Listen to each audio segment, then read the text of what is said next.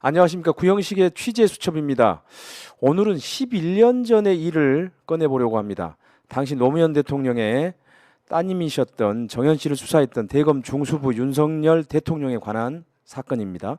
당시 윤석열 검사는 국제 반부패 회의에 참석하기 위해 워싱턴에 갔는데요.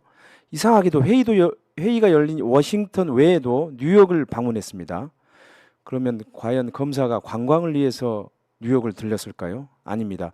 그 의문에 대한 답을 찾아보기 위해 노무현 대통령의 사위이자 정현 씨의 남편인 곽상은 변호사를 모셨습니다. 어서 오십시오. 예, 안녕하세요. 곽상원입니다. 예, 예, 반갑습니다. 반갑습니다. 예. 요즘 총선 출마 때문에는 굉장히 바쁘시겠네요. 예, 아침 저녁으로 매우 분주하게 다니고 있습니다. 예. 이전에도 한번 저기 충청도 쪽에서 출마를 한 적이 있으세요? 예, 그렇네요. 벌써 이제 4년 전에 4년, 예, 예. 예, 충청 북도죠. 네, 충청 북도. 북도 예, 보은군, 옥천군, 영동군, 괴산군 지역에 예, 예. 그때 그 벌써 이제 지금 2024년이니까요. 그때 2020년 2월에 가서 처음으로 출마한 적이 있습니다. 그 제가 뭐 사전에 만났을 때도 그런 질문을 한번 드린 적이 있는데 뭐 꼭 정치를 해야 되는 이유가 있습니까? 정치를 해야 되는 이유, 사실은 사람들이 여러 가지 이유가 있죠. 그죠? 예. 여러 가지가 있죠. 한 사람이 뭐 어떤 결정을 할 때는 어떤 길을 갈 때는 하나의 이유만 있다고 말하는 것이 사실은 거짓입니다. 예. 그러니까 뭐 제가 그 시간을 돌이켜 보면 제가 벌써 결혼한 지가 21년이 됐습니다. 아, 예. 제가 그 노무현 대통령께서 2003년 2월 아마 21일인가 25일쯤에 취임하셨는데 제가 그해 2월 8일 그러니까 취임하시기 2주 전에 결혼을 했어요. 결혼을 했고 그때가 벌써 21년 전인데 네. 제가 지난 21년 동안 그 언론사 정치면에 한 무지무지 많이 나왔습니다. 정치면에 등장한 지가 한 20년 된 것 같아요. 네. 예.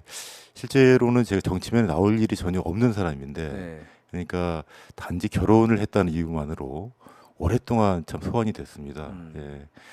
그러니까 그 한편으로는 제가 뭐 피할 수가 없는 일입니다. 아, 이 최근에 낸 책 곽상원의 시선이라는 책을 저도 이제 쭉 봤는데요. 감사합니다. 예. 뭐 문장들도 되게 잘 다듬어져 있고 그리고 그 곽상원 변호사의 그 어렸을 때부터 해서 학창 시절 이야기 예, 또 예. 결혼해서 이야기 뭐 변호사 시절 이야기 이런 것들이 굉장히 잘 정리가 돼 있어서 곽상원이라고 하는 사람이 어떤 사람인지를 엿보기에는 굉장히 좋은 책이었던 것 같습니다. 근데 거기 보면 이제 나는 이제 더 이상 노무현의 사이보다는 그냥 곽상원이다 이렇게 일종의 이제 독립선언을 그 하셨는데 예, 예. 예, 뭐 노무현 사위라고 하는 이런 그 호칭 이런 게 좀 부담스러우신가요? 제가 사실 그 얘기를 한 지는 너무나 오래됐어요. 아, 독립선언한 지 오래됐습니까? 오래됐습니다. 아, 그렇군요. 오래됐고 뭐 거기 뭐 기회가 닿을 때마다 이야기를 했는데 예. 그러니까 구영식 기자님도 결혼하시지 않습니까? 그죠? 그렇죠. 저도 이제 한 결혼하셨기 24년 됐죠. 때문에 그 당연히 누구의 사위일 텐데 네. 그 누구의 사위라고 불리진 않지 않습니까? 예, 저도 한 번도 불린 적이 없습니다. 예, 예. 저도 그렇게 사실 불리고 싶진 않는데. 예. 그냥 뭐 처음엔 그랬습니다. 그러니까 제가 결혼할 당시만 해도 그때 대통령의 가족들이 사실 언론에 여러 차례 오르내리고 그렇죠. 예. 그런 일들이 좀 있어서 저는 제게 그냥 주어진 숙제라고 생각을 했고 그냥 그 대통령의 가족으로서의 역할에 충실했던 것 같습니다. 네. 예, 예. 아무튼 뭐 이 사랑하는 사람하고 결혼한 게 그 숙명이라면 노무현의 사위라고 하는 그런 호칭을 얻게 되는 뭐 숙명이라면 또 숙명일 수 있겠죠. 제가 봤을 때 너무 그 지나치게 부담을 안 가졌으면 좋겠어요. 뭐 부담을 가져도 지금의 인생일 테고 부담을 네. 가지지 않아도 지금의 인생일 테기 때문에요. 예, 예. 그냥 하나의 그냥 제 삶의 길에서 만난 예. 그 문이라고 생각을 합니다. 아, 그래요. 예. 알겠습니다. 자, 그럼 본격적으로 그 11년 전에 윤석열 검사와 관련된 이야기를 좀 해보도록 하겠습니다.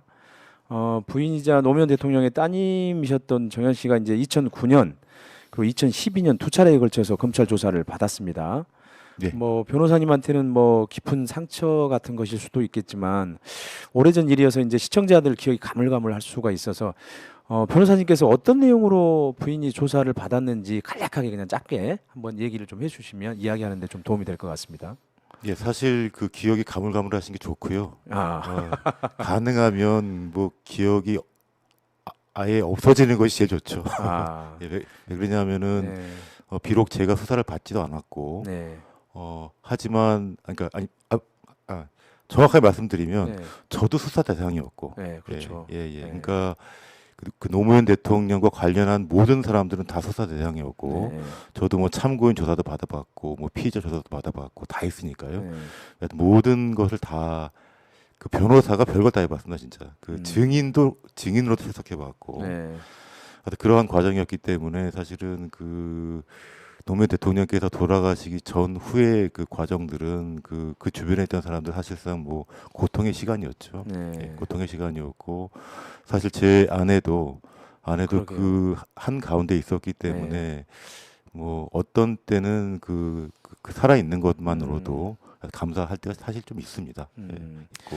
이게 아무튼 이제 그때 검찰 수사 내용은 이제 뭐 부인께서 외압 밀반출을 해서 미국에 이제 저택을 구입했다, 집을 구입했다 예, 이런 정도 내용이에요. 예, 그런 것 예, 같습니다. 예. 근데 이게 이제 2009년도에 노무현 대통령이 서거함으로써 사건이 종결됐단 말이죠. 근데 이게 3년 뒤인 2012년에 다시 조사를 받아요. 예, 그렇습니다. 예. 이게 먼저 이제 당시 보수 언론이 이제 부인의 그 외압 밀반출 의혹을 제기하고 그런 다음에 검찰이 수사에 나서고 이게 이제 전형적인 검언 유착의 전형적인 패턴으로 진행이 됐거든요. 예, 예. 예. 근데 어떻습니까? 이게 왜 그러면은 3년 뒤에 이미 종결된 사건이 왜 3년 뒤에 다시 떠오른 걸까요? 그 이유를 가장 잘 알고 있는 사람은 그 수사를 지휘하고 예. 실제 했던 그때 당시 윤석열 검사겠죠. 네, 그렇죠. 최종적으로 기소한 사람이 윤석열 검사고 네. 2009년과 2012년 당시에 수사를 지휘하고 했던 실제 했던 검사가 윤석열로 알고 있습니다. 아마 그 검사일 테죠. 2009년 당시에도 그 저희 장인 어르신께서 5월 23일 날 돌아가셨는데 그렇죠. 예. 예, 그때 제 처가 그 직전에 조사받은 사람이 제 처입니다. 예, 제 처였고 제 처도 그때 조사를 받은 직후에 사실은 그 큰 충격을 받고 병원에 입원도 했었고요. 입원도 했고 퇴원하고 얼마 되지 않아서 돌아가셨으니까요, 어르신께서. 아. 예, 그런 상황이었고 그 후에 좀 징조도 조금 있었습니다, 사실은요. 아, 그러니까 징조가 어떤 게 징조가. 있었냐면 그러니까 수사는 2012년에 받았는데 돌이켜 보니 아니 지금 말씀하시니까 생각이 나는데 네. 그때 저희 가족이 2009년을 네. 지나 2010년 말에 네. 대전으로 이사를 가게 됐습니다. 아. 예, 대전으로 이사를 가기로 결정을 했습니다. 결정을 한 이유가 뭐냐면 그때 집안에 그러니까 저희 집 안이 아니라 네. 저희 집으로 그 정체불명의 사람들이 찾아오거나 네. 예, 그런 일들이 좀 많았고 그때 가족들이 굉장히 좀 걱정이 좀 돼서 제가 사회생활을 정리한다는 의미에서 그때 서울 생활을 정리를 하고 대전으로 간 적이 있어요. 예, 아마 그 일의 연장선일 거로 봅니다. 그리고 대전에 가서도 한 차례인가 아마 제가 근무하는 사무실로 어떤 그 편지가 왔던 것을 기억합니다. 예, 그 내용은 정확하게 기억이 나지는 않는데 아마도 제 기억으로는 정확한 기억이 아닙니다. 네. 아마 그때 2009년 당시 수사 상황을 언급하면서 다시 무슨 일이 벌어질 거라는 암시를 주었던 그런 편지를 기억합니다. 아. 예. 그리고 그렇군요. 2012년에 들어와서 그리고 제 셋째 아이가 2012년 3월에 태어났는데요. 2012년 3월에 태어나기 전에 다시 서울로 이사를 왔습니다. 예. 서울 이사를 왔고 이사를 오자마자 이제 한 달 만에 그렇게 된 겁니다. 다시 수사가 개시가 된 거죠. 예. 그러니까 이게 공교롭게도 재수사가 된 게 4.11 총선을 한 달 앞둔 시점이에요. 예, 그렇습니다. 그러니까 이게 이제 저희 기자들의 감각으로 보면 이거는 이제 정치적 기획 수사 냄새가 난다 이렇게 이제 표현을 하는데 예, 어떻습니까? 2012년 4월 11일 날 국회의원 총선거가 예, 있었습니다. 그렇습니다. 예. 그리고 2012년 그때 12월 아마 19일일 텐데 예. 12월 19일 대통령 선거가 있었을 겁니다. 예. 그 해에는 그러니까 국회의원 선거도 있고 그리고 대통령 선거도 있는 선거의 맞아요. 해였죠. 예, 예, 예.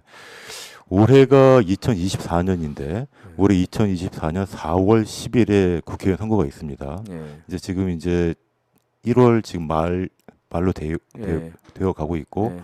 곧 있으면 2월이 돼 가고 예. 있습니다. 그렇다면 또 지금 올해 2월에도 무슨 일이 있을 수가 있겠죠. 아. 예.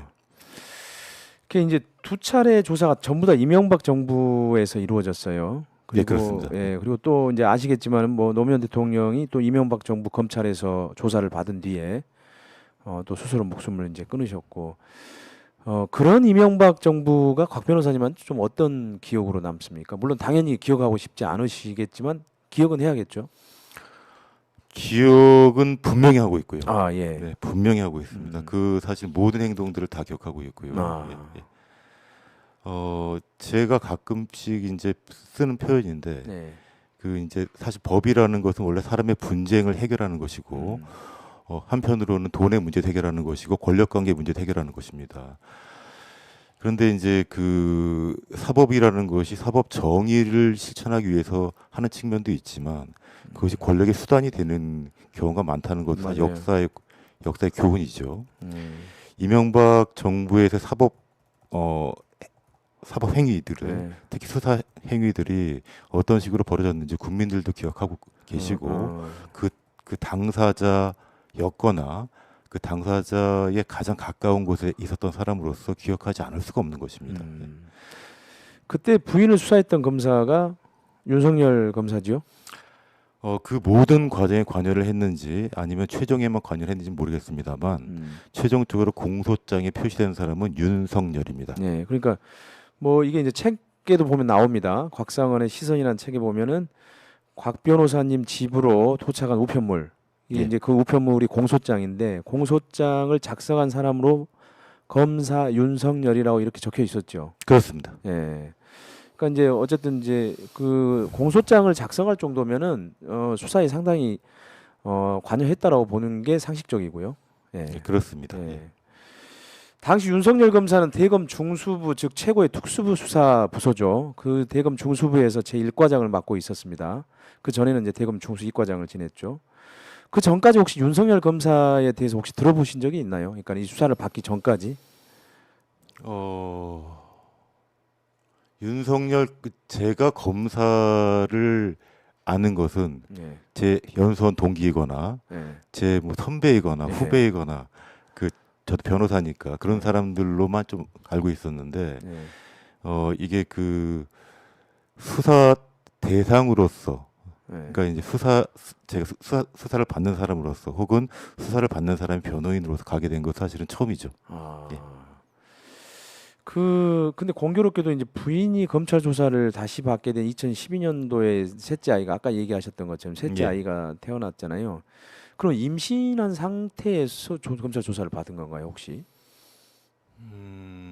제 그건 좀 기억을 좀 다시 좀 정밀하게 좀 살펴봐야 되는데요. 예.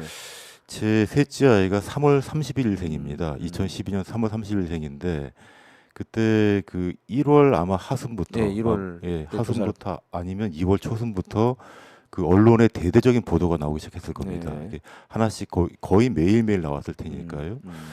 그리고 그 구체적으로 조사를 서면 조사부터 시작을 했으니까 네. 몇 차례 조사를 받았는지 모르겠습니다. 네. 예. 아마 서면으로 여러 차례 오고 갔던 것 같습니다. 그러니까 예를 들어서 뭐 임신 상태에 받았을 수도 있고 그리고 애를 낳은 다음에 또 조사를 받았을 그렇습니다. 수도 있고. 예, 그렇습니다. 그러니까 굉장히 사실은 그 힘든 상황에서 굉장히 스트레스를 굉장히 많이 받았겠네요. 그럼요. 수사 그럼요. 과정이. 그럼요. 예. 예. 그 이제 곽 변호사님 직접 부인의 변론을 직접 맡으셨는데 그때 그럼 윤석열 검사를 직접 만나셨나요? 윤석열 검사를 만난 적은 없습니다. 아, 직접 만난 적 없고 예. 그냥 그 밑에서 이제 수사를 일선에서 실무적으로 하는 검사만 만났겠군요. 제가 만난 검사는 사실 2009년, 예, 예. 2009년 노무현 대통령께 돌아가시기 전에 예. 그때 만났던 검사들이 다입니다. 아, 직접 만난 검사들. 그러면 12년도에는 어떤가요? 12년도에는 제가 직접 만난 적은 없는 것 같습니다. 아, 그 결국 이제 뭐 부인은 2013년도에 징역 4개월에 집행유예 1년을 선고받았고 그것이 이제 최종 확정이 됐어요. 근데 예, 항소했다가 취하했다라고 책에는 적혀 있습니다. 예. 예, 그 이유가 뭔가요?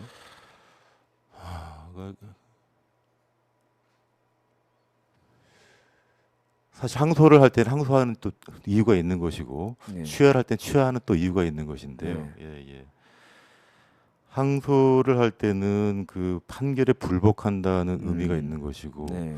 취하를 할 때는 불복해서 시간의 고통의 시간을 더 늘리는 것이 고통의 시간을 더 늘려서 고통을 감수할 수 있으면 혹은 다시 그 회복할 수 있으면 지속을 하는 것인데 그리고 지속될 가능성이 없다고 판단한 것이고요. 아. 없다고 판단한 가장 큰 이유 중에 하나가 그때 2012년 네. 대통령 선거에서도 그 문재인 후보가 당선되지 못했고 예, 예, 박근혜 후보가 예, 당선됐죠. 박근혜 후보가 당선이 되었고 네. 그 이후에 이제 그 여러 가지 사정들 그러니까 그 변호를 저만 했는데 저만으로 끌고 가기도 어렵다고 판단을 했고 아. 제 아내도 더 이상 버틸 수 있는 힘이 없다고 판단을 했고 예, 아마 더 진행하는 것도 굉장히 힘들었을 것 같아요. 예, 예. 자, 이제 그 윤석열 검사의 수상한 뉴욕 행에 관한 이야기를 나누어 보겠습니다. 사실 이거는 제가 이제 2012년도 6월에 썼던 기사와 직결된 사건이고요. 네. 저는 최근에서야 이 미스테리를 사실 개인적으로는 풀게 됐는데, 예. 당시 저는 윤석열 검사가 장모 관련 사건에 개입한다는 진정 사건 때문에 대검에서 감찰을 받고 있다는 기사를 단독으로 보도한 적이 있습니다. 윤석열 검사가 지금의 김건희 여사와 결혼한 지 얼마 안 된 시기였죠. 제 기사를 보면 일각에서는 윤석열이 지난 1일부터 10일까지 미국으로 출장 간 것에도 의심의 눈초리를 보내고 있다라고 쓴 대목이 있습니다. 여러분들이 지금 자료 화면으로 올려진 그 기사를 보시면 그런 대목이 나오는데요.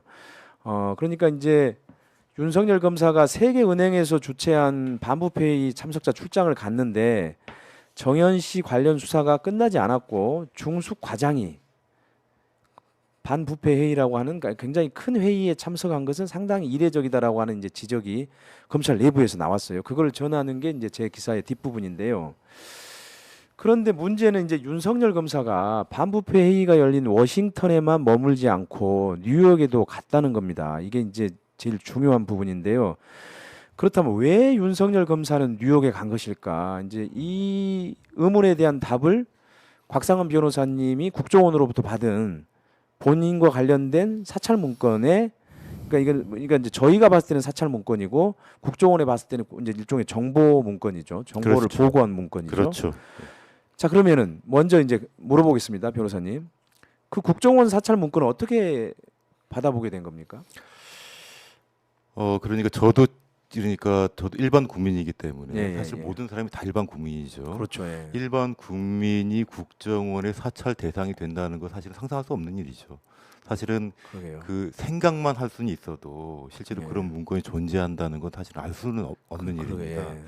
근데 제가 그 우연히 이제 그런 시민 단체 명인데 예. 내놔라 내 파일 그러니까 국정원이 가지고 있는 사찰 문건 파일을 돌려달라라는 그런 시민 단체 명입니다. 그때 그 단체로 연락을 받고 네. 제가 그 혹시라도 저에 대한 사찰 문건이 있을지 모른다라고 생각을 해서 네. 사실은 저는 있다고 생각을 했었거든요. 아, 예. 제가 봐도 있었다고 생각할 수 예, 있습니다. 예. 그러니까 그 이유 중에 하나가 제가 아까 말씀드렸습니다만 제가 결혼을 하고 지금 21년이 됐는데 예. 한 20년 정도는 그 정치부 기사에 나왔었으니까요. 예, 그러게요. 예. 예, 예. 그렇게- 아무 일도 안 했는데. 아무 일도 안 했는데. 예. 그래서 그때가 아마 2022년이었을 겁니다. 네. 그때 다 같이 신청을 해서 예. 다 같이 신청을 해서 그 받았습니다. 받았는데 그 국정원이 사실은 어느 정도의 사찰 문건을 가지고 있는지는 지금도 잘 모릅니다. 그렇죠. 이제 예. 받으신 게 그런 예, 정도였고. 지금 잘 모르고 음. 국정원이 준 것만 확인을 한 그렇죠, 것인데 그렇죠. 예. 그때 확인을 해보면 저는 제가 총 37건의 문건을 받았습니다. 네, 맞아요. 예. 37건 문건 받았고 예. 그때 문성근 배우님이 27건을 예, 받으셨습니다. 예, 그리고 그때 이재명 지사님이 3건을 받으셨고요. 예. 예. 제가 참 굉장히 많은 많네요. 숫자, 예, 아주 많은 숫자였죠. 중대 사찰자군요. 제가 무슨 뭐 거기 국가 전복을 꿈꾸는 사람도 아니고 그렇게 생각했나 본데요. 예, 예. 예. 그렇게 생각했던 것 같습니다. 예. 그리고 하여튼 뭐 시기상으로도 가장 길었고요. 근데 그 중에 이제 많은 문건이 윤석열 검사가 등장하는 것으로 보이는 문건들이 매우 많았습니다. 예. 매우 많았고 그 중에 몇 개의 문건이 지금 거기 기자님께서 작성하신 기사와 관련된 문건들이 존재했다는 맞아요. 것이죠. 예. 그 방금 얘기하신 대로 이제 그 받은 문건이 사찰 문건이 37건이고 그 중에서 수사 상황이 기재된 사찰 문건은 이제 22건이에요. 예. 그 사찰 문건 받았을 때 솔직히 심정이 좀 어땠습니까? 물론 이미 예상은 하고 있었지만 실제로 받아보면 전혀 또 다른 느낌일 거 아닙니까? 좀 비유를 하자면 네. 이 비유 적합한지 모르겠습니다만 그 시험을 굉장히 못 봤는데 네. 그 시험을 못 보면 낙방할 것 같은 기분이 있지 않습니까? 네. 낙방할 것 같은 기분이 있지만 실제로 낙방하는 걸 딱 보게 되면 기분이 굉장히 슬프고 좋지 않지 않습니까? 그죠? 네. 그런 것처럼 저도 마찬가지로 그런 그 문건이 존재할 것이라고 예상을 하고 그렇죠. 있었고 왜냐하면은 그냥 그때 당시 벌어진 일들이나 주변 사람들 그다음에 그런 것들을 엮어보면 추측은 할 수 있었는데 추측한다는 것을 눈으로 보는 건 사실은 슬픈 일이죠. 예. 슬픈 일이지만 그래도 한편을 예상하고 있었기 때문에 네. 그냥 뭐 담담하게 받아들여졌다. 담담하게 받아들여졌고 그리고 네. 또 시간이 워낙 또 많이 지났기 때문에 괜찮았습니다. 뭐 이제 더 흥미로운 거는 이제 수사 상황이 기재된 문건 22건 중에서 한 건을 제외한 21건이 윤석열 검사가 이제 대검 범죄정보 2 담당관, 대검 중수 2과장, 1과장, 그다음 서울중앙지검 특수 1부장 이렇게 이제 승승장구하던 시기거든요. 그렇죠. 예. 그러니까 이게 굉장히 중요한 건데 윤석열 검사가 이명박 정부에서 특수통 검사로서의 경력을 거의 완성을 해요. 그렇죠. 예, 그러니까 그 우리가 흔히 이제 특수부 검사를 칼이라고 얘기를 하는데 칼에 비유를 하곤 하는데 이 칼을 간 거는 날카롭게 간 거는 전부 다 이명박 정부 시절에 이루어진 거죠. 그렇다면 이제 윤석열 검사의 뉴욕행 얘기는 잠시 자세하게 나누기로 하고 그 뉴욕행 얘기를 제외한 다른 문건들에는 어떤 뭐 내용들이 다 담겨 있었나요? 뭐 개인적으로 어떤 사찰 내용들이? 개인적 사찰 내용들은 사실 매우 많죠. 그러니까 예를 들어 이제 제가 그냥 제 표현으로는 팔자가 사나워서 네. 참 이사를 많이 다녔는데 결혼한 다음에도 참 이사를 많이 다녔습니다. 네. 그러니까 제가 이사를 많이 다녔다고 하면 어떤 분들은 그렇게 물어보세요. 혹시 부동산 투기하시냐고. 그것과는 전혀 상관이 없고요. 네. 하여튼 그냥 이런저런 사정으로 예를 들어 뭐 전세 기간이 끝나서 가는 경우도 있었고 하여튼 이런저런 사정으로 많이 다녔는데 그렇게 이사를 한번 가면은 거기 그런 사찰 문건이 등장을 합니다. 이사를 갔다. 진짜 이거는 완전히 그냥 완전히 일거수일투족 동태파악이네요. 사무실을 옮기면 사무실을 옮겼다. 이렇게 뭐 그런 식으로 나옵니다. 엄청나게 중요한 VIP 인물이네요. 뭐 제목 중에 하나는 청와대 지시사항이라는 것도 있습니다. 그러니까는 그냥 액면대로만 보면 청와대에서 지시해서 예를 들어서 노무현의 사위인 각 변호사님의 뒤를 계속 사찰했다. 뭐 이렇게 해석할 수 있겠네요. 네, 그렇게 보이는데요. 제가 그래서 왜 그런 일이 벌어질까? 제가 뭐 대단한 사람도 아닌데, 제가 뭐 야당 지도자도 아니고 왜 그런 일이 벌어질까 하고 추측을 좀 해봤는데 실제로 노무현 대통령께서는 돌아가셨고 그 가까운 가족 중에서 사회생활을 대한민국에서 감히 버젓이 하고 있는 사람은 저밖에 없었거든요. 그러니까 어디 죽어 지내야 되는데 버젓이 사회생활을 네, 하고 있어서. 버젓이 감히 사회생활을 벌이고 있어서 죽지도 않고. 예, 그렇군요. 예, 예. 이게 이제 그 재판받은 과정에 관한 내용도 이제 제가 그 책을 보니까 곽 변호사님 책을 보니까 이제 그 예. 포함돼 있던데 이런 대목이 있습니다. 금년 2월 검찰 수사 당시에는 임신 9개월의 몸으로 힘들게 조사를 받아야 했으며, 그러니까는 이거는 금년이라고 하는 건 2012년을 얘기하는 겁니다. 예, 그러니까 예, 그 예. 조사 받을 때 그러니까는 임신된 상황에서 조사를 받았네요. 예, 예, 예. 그다음에 다행히 건강하게 출산하여 젖먹이 아이가 있다면서 최고 공직자의 딸로서 혐의가 인정되면 합당한 벌을 감수해야 하지만 도덕적 비난으로 형벌보다 더 가혹한 벌을 받았다며 이를 참작해 달라고 변론했다. 이런 내용이 나와요.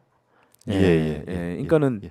뭐 재판장에 갔는지 안 갔는지 국정원 에이전트가 요원이 재판장에 갔는지 안 갔는지 모르겠지만 어쨌든 간 것처럼 이렇게 돼 있어요. 그 분명히 왔을 것으로 보이는 게 그 문건의 표현을 보면 저도 변호사 생활을 좀 오래 해가지고 이제 예. 글을 보면 글에 이제 그 맥락을 읽는데요. 예. 그 맥락이 보게 되면 이런 표현이 있어요. 곽상원 변호사는 공판에서 주변에 앉은 방청객들조차 잘 알아듣기 어려울 정도로 작은 목소리로 이런 표현이 있는데 이게 현장에 안 가면은 사실은 그렇게 표현할 수 없는 거죠. 예. 그렇죠. 그러니까 제가 방청객들한테 변론을 할 이유가 없기 때문에 예. 재판장한테 하는 것이라서 아마 그렇게 했을 텐데 본인이 잘 안 들었다고 판단했겠죠. 그러니까 이제 문건들을 제가 보면은 이게 완전히 보면은 검찰하고 국정원이 거의 한 몸이에요. 네, 그렇죠. 거의 회의를 한 것으로 보입니다. 예. 그러니까 사실은 뭐 원래도 검찰하고 국정원은 대공 수사나 이런 것에는 긴밀하게 사실 수사 연결을 하긴 하는데 예, 예. 이거는 대공 관련 수사도 아니고. 그러니까 제가 공산당으로 봤나 보죠, 저를. 예, 예. 그러면은 예. 뭐 고정 간첩 뭐 이렇게 본 건가요? 근데 고정 간첩이었으면 제가 북으로부터 좀 뭐 돈을 좀 받았을 텐데 뭐 그런 건 안 나왔을 테고요, 분명히. 예. 예, 예. 아무튼 검찰과 국정원이 거의 한 몸이었다라고 하는 것을 증거하는 게 바로 그 문건 사찰 문건들입니다. 예, 그렇습니다. 예. 자, 이제 왜 윤석열 검사가 반부패 회의가 열린 워싱턴에만 머물지 않고 뉴욕까지 갔는지에 대해서 알아보도록 하겠습니다. 그러니까 이와 관련된 국정원 사찰 문건 여러 건이 있는데요. 그 중에 2012년 6월 4일 작성된 사찰 문건을 보면 이게 제목이 그렇습니다. 대검 중수부 금주 노정현 13억 원 밀반출 수사 숨고르기 양상, 이런 제목의 문건 중에 이런 내용이 있습니다.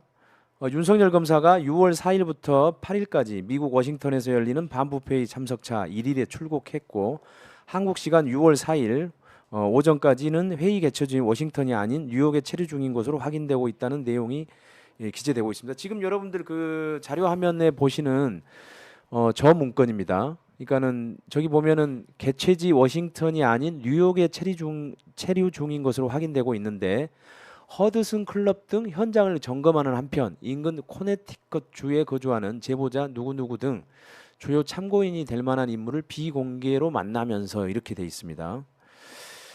이게 그 허드슨 클럽이라고 하는 그 낯선 용어가 나오는데 이거는 이제 그 부인의 이 구입했던 주택하고 관련된 거죠? 예, 그때 그 저희 그러니까 2009년 당시 보도가 굉장히 많이 나왔고 네네. 그 이후로도 오랫동안 제가 비난을 받았던 그 문제의 그 집입니다. 예, 그러니까 흔히 허드슨 콘도라고 그러나요? 허드슨 콘도라고 불렸던 것 같습니다. 그러니까 거기 현지에서도 뭐 이렇게 허드슨 콘도 이렇게 불렀던 건가요? 제가 그 정확한 명칭이 기억이 나지 않고요. 예. 실제로 제가 그 집에 거주했던 적이 있습니다. 예. 그러니까는 그 허드슨 강변에 있는 주택이었나요, 그게? 예, 그 강이 보였던 것 같습니다. 강이 보였던 것 예, 같아요. 그래서 아마 이제 이런 걸로 보면은 그러니까 윤석열 검사가 뉴욕 허드슨 강 쪽에 있던 그 허드슨 콘도 등을 방문한 걸 보면 부인의 수사하고 이제 관련해서 간 거라고 하는 게 우리가 충분히 그렇다고 확실하게 거의 짐작할 수 있는 거 아니겠습니까? 그렇죠. 거기 그곳이 아니면 윤석열 검사가 그곳에 갈 이유가 전혀 없는 것이죠. 예, 그렇죠. 예. 그러니까 윤석열 검사가 직접 뉴욕까지 간 이유는 분명히 부인의 수사와 관련된 게 거의 확실해 보입니다. 그리고 국정원 문건도 그렇고 그걸 증명을 하고 있고요. 특히 국정 문건에서는 표현이 이랬습니다. 예. 외국 수사기관 관계자가 미 현지에 들어와 사건 관련 조사를 임의적으로 하는 것은 불법이니만큼 처신에 각별 유의하라. 네. 이렇게 지금 되어 있는데 이걸 좀 번역하자면 외국 수사기관 관계자는 윤석열 검사고 예. 미국 현지에 들어와서 사건 관련 조사라는 거는 그때 제처와 관련된 어떤 조사를 네. 직접 했다는 것이고 그렇죠, 그렇죠. 그것도 임의적으로 했다는 것이고 그러니까 그렇죠. 합법적인 절차가 아니라는 것이고 예. 하는 것은 명백한 불법이기 때문에 조언을 하기를 처신에 각별 유의하라. 그러니까 들키지 않도록 조심하라는 얘기지 않습니까? 그러니까 조언까지 하고 있는 거네요. 예, 그렇습니다. 아, 이게 사실은 원래 이제 외국에 가서 어떤 관련 수사를 하려면 보통은 거기 현지 수사기관에 협조를 구하고 그리고 이제 협조를 받아서 수사를 이제 보통 진행하는 건데, 그러니까 이거는 이제 미국 수사기관의 FBI에 통보도 하지 않고 협조도 구하지 않고 이런 수사를 벌였던 것 같아요. 거기 분명히 임의적으로 하는 것 이렇게 표현이 돼 있잖아요. 그렇습니다. 그러니까 그거는 사전에 통보나 협조가 전혀 구하지 않은 상황이라는 것을 증명하는 거거든요. 그렇습니다. 예. 그래서 그 다음 문장에는 이렇게 표시되어 있죠. 국제회의 참석이라는 목적과 함께 일석이조 활동을 전개 중이다. 맞아요. 그러니까 이게 참 국정원이 보면은 참 열심히 일을 하긴 한 것 같아요. 예. 그렇지 않고서야 이렇게 표현을 그렇게, 그러니까 윤석열 검사가 반부패 회의도 참석하는데 그 와중에도 불구하고 자기가 하고 있던 예, 그 부인과 노종영 씨와 관련된 수사를 위해서 또 그렇게 예. 그 집을 방문해 뉴욕을 방문해서 그렇게 이제 수사 활동을 벌였다는 거잖아요. 그렇죠. 회의 예. 근데 거기 문건 내용 보게 되면 회의 개최지 워싱턴이 아닌 그렇죠. 뉴욕에 체류 중인 것으로 확인된다. 네. 이런 표현도 있으니까 네. 실제로 회의는 참석하지 않았던 것이죠. 네. 그러니까 뭐 이제 뭐 회의는 뭐 4일부터 8일까지라고 얘기를 하니까 뭐 그때는 참석하고 회의 전에 이미 뉴욕으로 가서 확인하고 수사 활동을 벌리고 뭐 그랬을 수도 있고요. 전체적으로 뭐 그 간 기간 전체를 다 이제 할 수도 있고 뭐 그럴 텐데 예, 그거는 예. 이제 윤석열 대통령께서 이제 답변을 해야 될 부분인 것 같습니다. 그 점에 대해서 사실 지난 대통령 선거 과정에서도 제가 뭐 이 정보를 확인을 하고 몇 차례 그 제 개인적으로 그 페이스북 등등을 통해서 윤석열 그때 당시 후보한테 질의를 한 적이 있습니다. 아, 예. 네. 질의를 한 적이 있는데 그때 당시 국민의힘 혹은 그 윤석열 후보는 다른 뭐 이제 질의나 다른 문제에 대해서는 일일이 다 답변을 하거나 네. 고발을 했지만 이 문제에 대해서는 단 한 번의 대답을 한 적이 없습니다. 그러니까 완전 그냥 노 코멘트네요. 예, 완전히 노 코멘트를 했고요. 예. 근데 여기서 이제 중요한 게 윤석열 검사가 뉴욕까지 직접 간 이유가 뭘까 이제 요건데, 그러니까 당연히 노종현 씨 수사를 하는 건데, 근데 굳이 또 예를 들어서 대검 과장이 그 밑에 있는 수사 검사를 시켜도 되는 거거든요. 본인이 굳이 가지 않아도 돼요. 물론 이제 일석이조라는 표현에서 보지만 뭐 부패에 참석도 하고 뭐 거기 노종현 씨 관련 수사도 하고 이런 일석이조의 수사 활동을 뭐 벌리기 위해서 갔다라고 얘기할 수 있지만 제가 봐서는 좀 더 분명한 절박한 이유가 있을 것 같은데, 이제 제 기사하고 연결을 해보면 당시에 윤석열 검사가 내부 감찰을 대검 감찰을 받고 있었단 말이죠. 그렇습니다. 예. 장모 관련 사건에 개입했다라고 하는 진정이 이제 들어와서, 그렇습니다. 그러니까 그걸로 이제 본인이 굉장히 위기의 내부에서 검찰 내부에서 위기에 이제 몰리니까 이를 만회하기 위해서, 왜냐하면 노정현 수사를 확실하게 제대로 이걸 해야 찔러야 예. 사실 이제 자기가 만회되지 않겠습니까? 그래서 혹시 그래서 뉴욕을 직접 방문하지 않았나 이런 사실은 의심이 충분히 가능할 것 같아요. 그게 전 사실이라고 봅니다. 음. 예, 그러니까 그 노무현 대통령 가족을 완전히 멸절을 시켜야지만 멸절. 예, 멸절을 시켜야지만 본인의 본분을 다하는 것이다라고 음. 판단했을 것으로 봅니다. 그 각 변호사님은 책에서 그 윤석열 검사는 이명박 정부에서 정치적 수사를 했는지 아니면 그저 평범하고 직접 적법한 수사를 했는지, 또 자신의 수사가 정치적 수사에 머물렀던 것인지 아니면 수사를 도구로 한 정치 보복을 한 것인지에 대해서 답해야 된다 이렇게 이제 촉구를 하셨어요. 예, 그렇습니다. 예. 물론 그 전에도 이제 답변을 요구한 적이 있다고 하셨지만 예. 이제 대통령이 된 상황이고 지금의 이런 그 촉구를 좀 어떻게 좀 해야 할 것 같습니까? 지금 윤석열 검사가 그 지금 대통령이 됐습니다. 예, 예. 지금 대통령이 되신 윤석열 대통령이 지금 제가 책을 쓰고 지금 방송을 한다고 해서 답변을 하지는 않을 것 같고요. 예. 그 본인이 직접 하시지 못하면 다른 방식으로 해주시면 굉장히 감사하고 그것이 아니라면 퇴임 이후에라도 네. 반드시 하셔야죠. 아. 예, 예. 그것이 본인의 행위가 어떠한 정치적 의미를 갖는지를 알 수 있는 것입니다. 왜 그러냐면 일반적인 수사라면 이렇게 국정원과 상의를 하지는 않을 것이고요. 또 일반적인 수사라면 자신이 그 법을 어겨서까지 불법적인 수사를 하지 않았을 것이고요. 또 하나, 또 일반적인 수사라면 이미 노무현 대통령의 서거로서 그 수사 기록이 이제 소위 밀봉되어 있는데 그걸 다시 재개하지도 않았을 것입니다. 이 세 가지 이유 때문이라도 왜 이 세 가지를 전부 어겨가면서 그러한 수사를 했는지는 본인이 밝혀야죠. 방금 얘기하셨는데 이제 이미 그 노무현 대통령 서고로 인해서 그 사건이 밀봉이 됐고, 그러니까 잠긴 거죠. 예. 잠겨 있는데 봉인되었다 예, 표현. 봉인되었다. 그럼 그 봉인을 누군가가 풀었을 텐데. 그렇죠. 그럼 뭐 윤석열 검사가 본인이 뭐 가서 풀었을까요? 아니면은 더 위에서 풀었을까요? 아니면 그보다 더 위인 청와대에서 풀었을까요? 일단 봉인을 한 주체가 있을 겁니다. 그렇죠. 예, 주체가 있을 거고 그때 당시 보게 되면 그때 윤석열 검사가 그 검찰의 황태자였죠 사실은요. 네. 그리고 지금 기자님께서 말씀하신 것처럼 본인의 검찰의 모든 그 직위는 그 이명박 정부 때 전부 다 차지를 한 것인데 네. 아마 그때 당시 검찰총장이 누군지를 확인하면 알 수 있을 것 같습니다. 그러니까 그때 검찰총장. 그리고 이게 보면은 뭐 문건들을 보면은 청와대 지시사항 뭐 이런 표현들에서 보는 것처럼 예. 청와대와도 어쨌든 간에 뭔가 그 소통을 하고 있었을 가능성을 우리가 이제 그런 의심을 할 수 있잖아요. 합리적으로. 그럼요. 예, 예.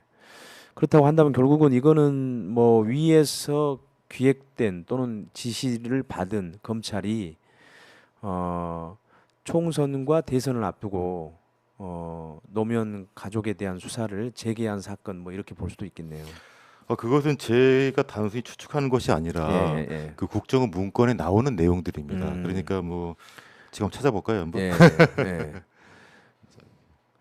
이게 참 이게 그러니까 청와대, 검찰, 국정원 이 아주 중요한 기관들이 아주 삼각편대로 움직인 거네요. 그러니까 제 개인적인 입장에서는 청와대와 국정원과 검찰이 합작을 해서 네. 그 뭐 제 처를 타겟으로 네. 저희 가족 모두를 사실은 뭐 그 매장시키려고 하는 것인데 그 수사의 대상으로 삼아서 오랜 동안 괴롭히려고 하는 것인데 이런 내용들이 있어요. 제가 한번 읽어보면요. 예. 노 전 대통령의 투신 사망으로 사법 처리는 중지되었다 할지라도 관련자들의 도덕적 정치적 책임을 묻고 언론 보도 등을 통해 국민들도 알고 역사적으로 정리될 필요가 있다. 이 말은 뭐냐면은 노 대통령께서 돌아가셔도 그 주변 사람들을 도덕적 정치적으로 책임을 물어야 하고 국민들에게 모두 알려가지고 실제로 존재 자체를 없애야 한다는 것입니다. 그래서 뭐라고 표현하냐면 마지막에 결정적 증거 자료를 입수하겠다. 그러니까 증거 자료가 지금까지 없어도 그러한 의도하에 수사를 개시하겠다는 것입니다. 그렇죠. 예. 그 다음에 또 무슨 문장이 있냐면은 보안 유지하에 과거 노무현 사건 기록을 재검토하면서 그러니까 스스로도 노무현 대통령 사건 기록이 봉인되어 있기 때문에 그걸 재검토하는 것이 불법인지를 알고 있는 것입니다. 그렇죠. 그런데 보안 유지하면서 재검토하고 있다는 것이죠. 그러면서 관련자 소환 등 본격 수사 타이밍을 재던 대검 중수부는 이렇게 표현하고 있습니다. 그러니까 수사 타이밍을 재고 있다는 것입니다. 그러니까는 그 지금 읽으신 그 부분은 정확하게 정치적 기획 수사다라고 자백한 셈이네요. 그렇습니다. 예. 참 이 이 이명박 정부에서 이 칼의 경력을 다 완성한 윤석열 검사가 2022년 대선을 통해서 대통령이 된 이 굉장히 참 비극적인 모멘트가 만들어졌다라는 것, 여러분들이 좀 기억을 하실 필요가 있을 것 같습니다. 그리고 또 문건에도 이런 내용도 있습니다. 그러니까 불구속 기소할 것인지 아니면 무혐의 처리할 것인지에 대해 심적 부담 아래 아직까지 가닥을 잡지 못한 것으로 파악하고 있다. 무리하게 기소해 놓고 공판에서 혐의를 입증하지 못해 연말 선거 일정을 앞두고, 지금 이때 말하는 연말 선거 일정은 대통령 선거입니다. 네. 연말 선거 일정을 앞두고 1심 무죄 판결을 받을 경우 역풍을 맞을 가능성도 배제할 수 없다. 이런 표현도 있습니다. 그러니까 거의 정치적 고려가 100%만요.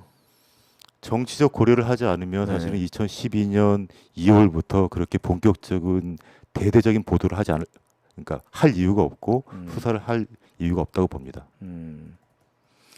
그러니까 참 공교롭게도 그 이후에 서울중앙지검 특수일부장이 또 되죠. 대검 중수과장을 거쳐서 예. 과연 그런 것들이 어떤 수사 경력 때문에 됐는지 여러분들이 아마 짐작을 하실 걸로 생각을 합니다. 제가 언급하지 않아도. 자, 각 변호사님은 부인의 사건을 변론하면서 그리고 또 지난 1년 7개월여 동안의 윤석열 대통령의 국정 운영을 보면서 좀 개인적으로 어떤 생각이 들었습니까? 윤석열 정부 또는 윤석열 대통령에 대해서 말이죠. 개인적인 감정을 가지고 사람을 평가하는 건 사실 좀 어리석은 일입니다. 특히나 그 개인적인 경험을 토대로 지금 경위 어찌됐든 그 합법적인 선거를 통해서 당선된 대통령을 평가하는 것도 사실 삼가해야 되는 일입니다. 예. 그러니까 사실 대통령이 제대로 통치, 제대로 정치를 해야지만 국민이 행복한 건 당연한 것이거든요. 예. 그래서 뭐 비록 정치적인 입장은 다릅니다만 저는 대통령이 사실 잘하기 바라고 있습니다. 늘. 예. 근데 한편으로는 원래 사람의 그 본성이 잘 변하지 않습니다. 사람이 잘 조금 좀 더 배우고 그 본인이 부족한 것을 고칠 수 있으면 좋은데 그렇지 못하는 것이 사실은 현실적인 것이고요. 네. 과거 윤석열 검사가 지금 대통령이 됐는데 그때와 지금하고 얼마나 다른지 지금 사실 잘 모르겠습니다. 그러니까 지금은 과거에는 하나의 검사 혹은 출세한 검사 혹은 힘 있는 검사였는데 지금은 그 검사를 초월한 초월적 존재의 검사로서 스스로 인식하는 것 같습니다. 그런데 그 과거의 그 검사로서 당시의 모습을 보면 지금 기자님께서 말씀하신 것처럼 자신의 수사 목적을 위해서는 법률도 어기고 미국의 법도 어기고 국정원과 공조도 하고 그런 수사 목적을 달성하기 위해서 모든 행위를 하는 검사지 않습니까?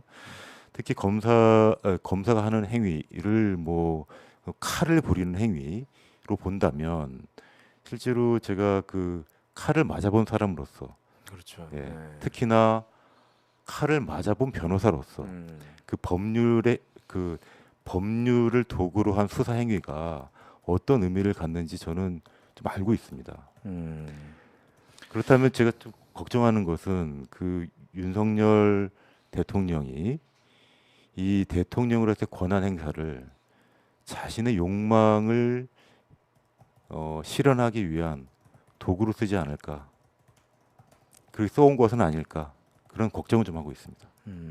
근데 뭐 그거는 뭐 걱정에 그치지 않고 그게 사실 현실에서 그게 사실은 보여지고 있죠. 사실 그게 더 심각한 거죠, 사실은. 그 걱정만 하면 얼마나 좋겠습니까? 네, 지금 그렇죠. 뭐 지금 최근에 벌어진 일들도 보게 되면 뭐 그 집권 여당 대표도 자기 마음대로 바꾼다는 거 아닙니까? 그러게 말입니다. 누구 때문에 바꾸려고 하는지는 아마 국민들이 다 알고 있는 이제 사실이고요. 국민들은 다 알고 있는데 본인은 국민들이 모르실 거라고 추측할 겁니다. 아마. 근데 윤석열 대통령을 서울중앙지검장, 검찰총장에까지 임명한 사람은 다름 아닌 문재인 대통령, 문재인 정부 하에서의 문재인 대통령이었습니다. 근데 혹시 그 문재인 정부에서 윤석열 검사가 검찰총장에 임명된다는 소식 들었을 때 혹시 어떤 느낌이 드셨나요? 어쨌든 뭐 보도를 통해서 분명히 그걸 접하셨을 텐데. 그 제 처가 수사를 받은 이후에 이제 그 다음에 벌어진 일들을 보면 참 왜 검사들이 정권에 충성하는 수사를 하는지를 좀 알 수 있겠더라고요. 아, 그러니까 이명박 정부 때도 보게 되면 아주 출세한 검사가 됐고 네. 그 이후에 보게 되면 특검으로 임명이 되고 특검으로 임명된 이후에는 정부가 또 바뀌었는데 지금 말씀하신 것처럼 문재인 대통령, 문재인 정권 하에서도 서울중앙지검장에 이어 그렇죠. 검찰총장까지 됐습니다. 또 그걸 바탕으로 지금 대통령까지 됐고요. 서울중앙지검장으로 임명할 때도 저는 네. 큰일 났다 생각했어요. 큰일 났다. 음, 큰일 났다. 이게 국가가 부여한 권한을 자신의 욕망의 도구로 한번 썼고 음, 그것으로 자신의 지위를 한껏 높였던 사람이 음. 더 큰 권한을 가지면 어떤 일을 하겠습니까? 그렇죠, 그렇죠. 예. 그게 분명한 사실이거든요. 그런데 그분을 서울중앙지검장으로 임명을 하고 검찰총장으로 임명을 했습니다. 그러니까 저는 개인적으로는 그때 임명하기 전에 제가 할 수 있는 방법을 통해서 아, 문재인 대통령께서 임명하지 않도록 저는 분명히 조언을 드렸습니다. 아, 의견을 제시를 했고, 의견을 예, 제가 근데 직접적으로 소통할 수 있는 그 창구가 없어서 네. 통할 수 있을 것으로 보이는 사람들에게 들한테 어쨌든 전달을 했었습니다. 전달. 예. 예. 제가 그때 쓴 표현은 재앙의 씨앗이 될 것이다. 아, 재앙의 씨앗이 될 것이다. 예. 아, 적중하셨네요.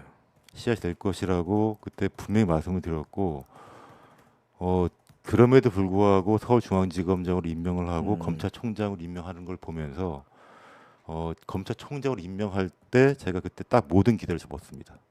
예. 그러니까 사실 뭐제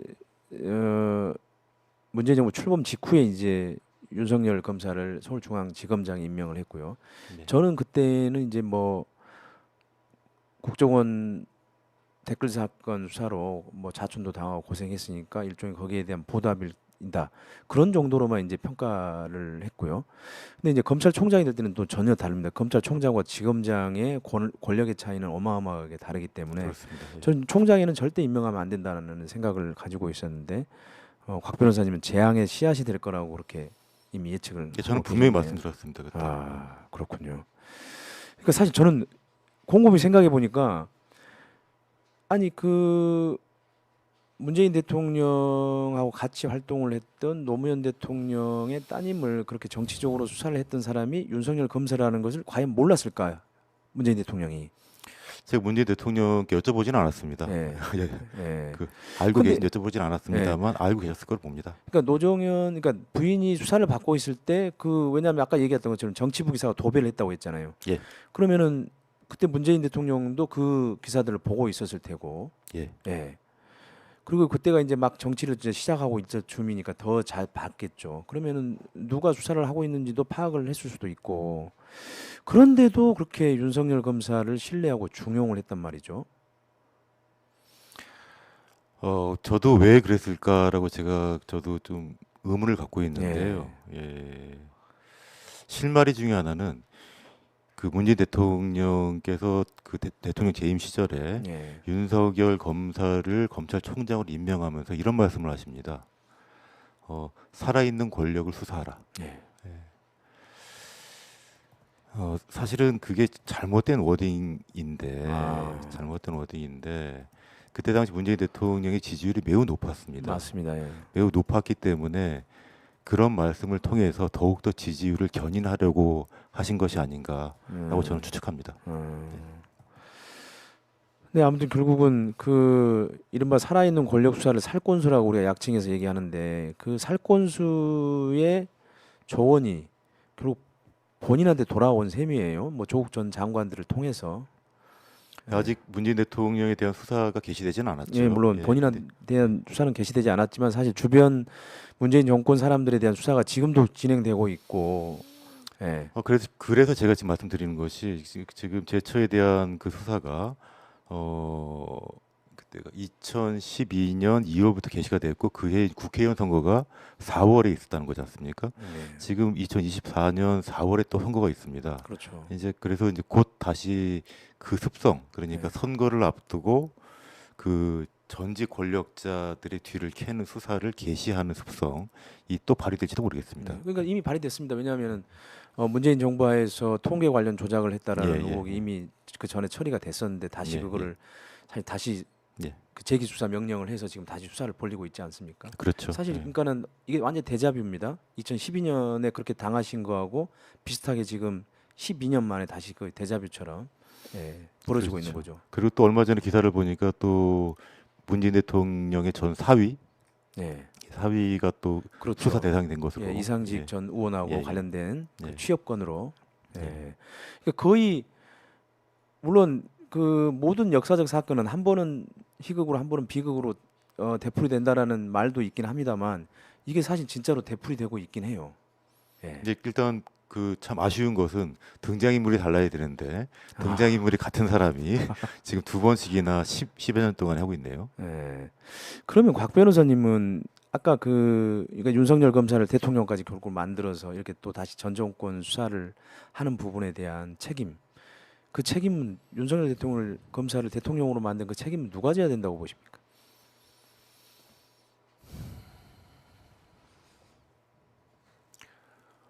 포괄적으로는 당연히 임명권자한테 있는 것입니다. 네, 그렇죠.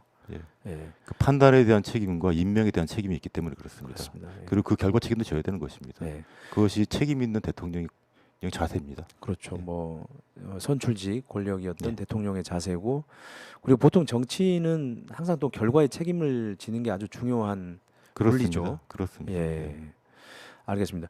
그 이제 그 이미 이제 노무현 사이보다는 곽상은이라고 하는 이제 독립 정치인으로서 선언을 해서 이제 정치 활동을 하고 계시고 지금도 도전을 하고 계시는데 혹시 국민들한테 꼭 하고 싶은 얘기가 있다면 어떤 게 있습니까? 국민들한테요. 네. 아, 국민들한테는 예. 아니 지역 예. 종로 구민도 지금 이제 출마하시려고 하는 예, 종로 예. 구민도 사실 국민이니까요. 예, 그렇습니다. 그렇습니다. 예. 그 선거에 출마하는 그 정치인으로서 그 출마자로서는 그 정치 본연의 기능이 다시 돌아와야 됩니다. 지금 정치 본연의 기능이 선거로서 표출이 되어야 되는 것이고요. 근데 정치 본연의 기능은 어떤 사람이 그런 정치 행위를 할 수 있는지를 보는 것입니다. 예.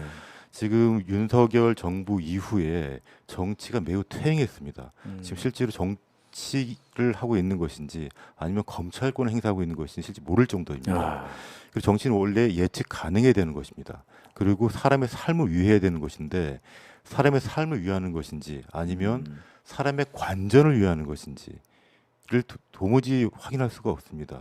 다시 정상으로 돌아와야 되고 우리의 삶을 찾아야 됩니다. 그런 삶을 찾을 수 있는 그런 정치인을 뽑아주셔야 됩니다.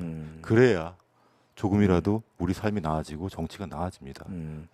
사실 뭐 변호사님이 얘기하셨지만은 우리 국민들이 솔직히 정상적인 삶이 빨리 복원되기를 원하고 있어요. 그렇습니다. 예. 예. 왜냐하면 너무 스트레스를 많이 받고 숨쉬기가 힘들다고 하니까. 그 코로나 그 이후로 코로나19 이후로 사실은 삶이 너무 어려워졌습니다. 그것이 그 원인은 사실 여러 가지가 있겠습니다만 그 여러 가지 원인과는 상관없이 현실은 현실대로 진단을 해야 되는 것이고 그거를 좀 타개를 좀 해야 됩니다.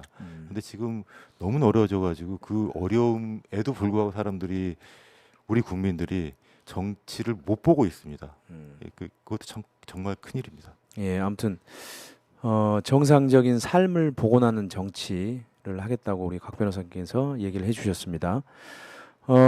노무현 대통령이 서거함으로써 종결된 사건을 다시 들추고 뉴욕에까지 직접 가서 노정현 관련 수사를 했던 윤석열 검사, 노무현 대통령을 평소에 존경한다고 말해 왔는데요. 과연 그 말이 정말 진심일까요? 오늘은 여기까지 하겠습니다. 곽 변호사님 오늘 나와주셔서 고맙습니다. 감사합니다. 네. 아유 수고하셨습니다. 예, 제가 다음에 또 불러주시면 예. 방송하는 게 참 힘들어요 보니까. 근데 그리고 특히 제가 이제 보니까요 이게 그 실제로는 제 몸이 다 기억을 하고 있어요. 이 모든 아, 얘기들을. 그렇죠, 그렇죠. 예, 그래서 사실은 말을 할 때마다 고통스럽습니다. 아, 예, 고통스럽고 그러니까 좀 이게 미래 전망적인 얘기도 아니고 과거 회고적인 맞습니다. 얘기인데다가 이게 저만의 특유한 경험이고 다른 사람들 공유할 수 없는 경험이기 때문에 맞아요. 그걸 알리는 게 참 어렵습니다. 네. 예, 사실 그걸 인터뷰해야 되는 기자로서 저도 고통스럽습니다. 예, 그러니까 남의 상처를 쑤셔야만 하는 예, 예, 예, 직업들이 있지 않습니까? 뭐 예, 검사도 예, 그렇기도 하지만 기자도 어쨌든 간에 이제 그런 것들을 어쨌든 간에 좀 평가를 해보고 다시 한번 들여다봐야 되는 그런 직업이기 때문에 할 수 없이 또 이제 그 12년 전의 일을 예, 예, 제가 다시 예. 떠올리게 했네요.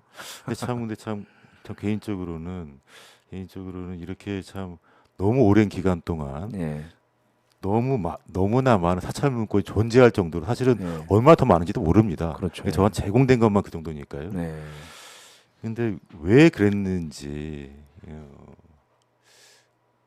참 의문스럽고 근데 그것이 아마 그런 거겠죠. 이제 정치적인 모든 희생양을 만들어야 되는 필요가 있다는 것이죠. 음, 예. 음, 그래서 그냥 스스로에게는 네, 굉장히 사라져서 감사하다 네, 이런 생각 좀 하고 있습니다. 네, 알겠습니다. 아무튼 뭐 당연히 살아야죠. 아직 예, 안 끝난 건가요? 예, 이제 끝났습니다. 예. 예, 아무튼 여러분 오늘 그 곽 변호사님 모시고 12년 전에 깊은 상처일 수 있는 사건을 다시 한번 저희가 되돌아봤고요. 그리고 또 정상적인 삶을 복원시키는 정치를 하고 싶다라고 하는 곽 변호사님의 비전도 한번 들어봤습니다. 여러분 감사합니다. 오늘 여기까지 하도록 하겠습니다. 예, 변호사님 감사합니다. 고맙습니다. 예. 감사합니다.